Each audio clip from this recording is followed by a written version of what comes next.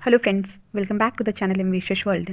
Friends, इस video में हम बात करेंगे कि मैंने जो बीपीएससी 70th बीपीएससी का पेपर दिया था, जो कि हमारा 13 दिसंबर 2024 को कंडक्ट किया गया था।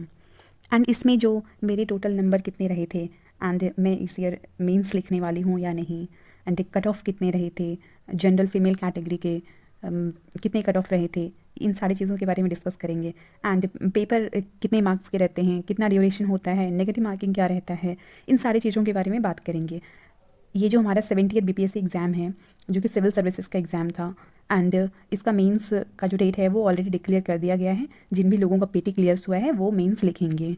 एंड कुछ है ना, कुछ आई थिंक 1-2 महीने में नेक्स्ट जो हमारा बीपीएससी का पेपर है वो नेक्स्ट ईयर के लिए वो भी वैकेंसी आने वाली है। तो अगर आप प्रिपेयर करना चाहते हैं तो अभी से स्टार्ट कर दीजिए प्रिपरेशन अपना। अब हम बात करते हैं कि इसमें टोटल नंबर ऑफ़ क्वेश्चंस कितने रहते हैं। गाइस, इसमें जो हमारा बीपीएससी का पेपर है वो मतलब इसमें सिर्फ एक ही पेपर रहता है। प्रीलिम्स में सिर्फ आपको एक ही पेपर देना होता है ना। बहुत सारे स्टेट में जितने भी पीसीएस एग्जाम्स होते हैं उसमें कहीं ना कहीं 2 पेपर्स रहता है, बट बीपीएससी में अभी तक एक ही पेपर है। प्रीलिम्स में आपको एक पेपर देना होता है, जीएस के होते हैं। एंड इसमें जो टोटल नंबर ऑफ़ क्वेश्चंस होते हैं वो हमारा 150 क्वेश्चंस होता है। एंड टोटल मार्क्स जो होता है वो भी 150 रहता है, मीन्स 1 क्वेश्चन 1 मार्क का रहता है। तो इस तरह से रहता है। एंड इसमें जो आपका बट इसमें नेगेटिव मार्किंग जो रहता है वो 1/3 रहता है। मीन्स आपका अगर एक क्वेश्चन गलत होता है, आप रॉन्ग करते हैं, तो आपको 0.33 मार्क्स है ना, 0.33 मार्क्स आपका डिडक्ट कर लिया जाएगा। अब हम बात करते हैं कि इसका जो कट ऑफ रहा था वो कितना रहा था। गाइस, ये जो बीपीएससी का पेपर था 2024 वाला, ये बहुत ही ज़्यादा है ना, एक तो एग्ज़ाम होने से पहले ही बहुत ज़्यादा डिस्प्यूटेड था। एंड पहले नॉर्मलाइजेशन से रिलेटेड बहुत सारे मिसकंसेप्शन थे। एंड फिर जब ये क्लैरिफाई किया गया कि नॉर्मलाइजेशन नहीं होगा, बट क्वेश्चंस का जो लेवल है वो बहुत ही अजीब था, है ना। मीन्स जो एक पीसीएस लेवल के एग्ज़ाम्स में क्वेश्चंस बनाए जाते हैं उस तरह के क्वेश्चंस नहीं पूछे गए थे।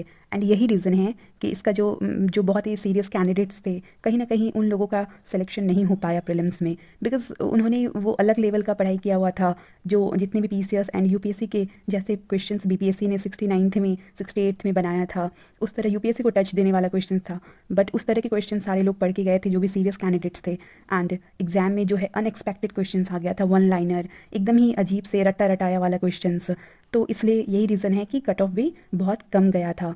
बट एग्ज़ाम देने टाइम पे ऐसा लग रहा था कि कट ऑफ बहुत हाई जाने वाला है, बिकॉज क्वेश्चंस का लेवल बहुत ही सिंपल था एंड प्लेन था। बट रीज़न ये था कि जो सिविल सर्विसेज के स्टूडेंट होते हैं वो उस तरह के क्वेश्चंस को प्रिपेयर करके नहीं जाते हैं। तो हो सकता है ये रीज़न रहा हो कट ऑफ कम जाने का। अब हम बात कर लेते हैं कि कट ऑफ कितना रहा था।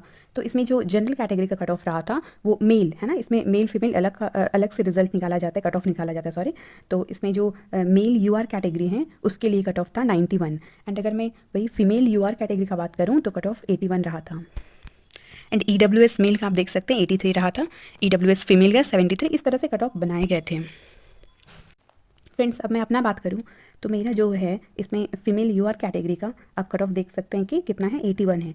बट मेरे जो टोटल मार्क्स थे वो 74 पॉइंट समथिंग मार्क्स थे। एंड जब मैं एग्जाम दे रही थी तो मुझे तभी पता चल गया था कि मैं मेंस तो नहीं लिखने जा रही हूँ इस ईयर, बिकॉज क्वेश्चंस जिस तरह के पढ़ के गए थे उससे एकदम ही रिवर्स, बहुत ही अलग तरह के क्वेश्चंस, 1 लाइनर रटा रटाए क्वेश्चंस पूछ लिया गया था।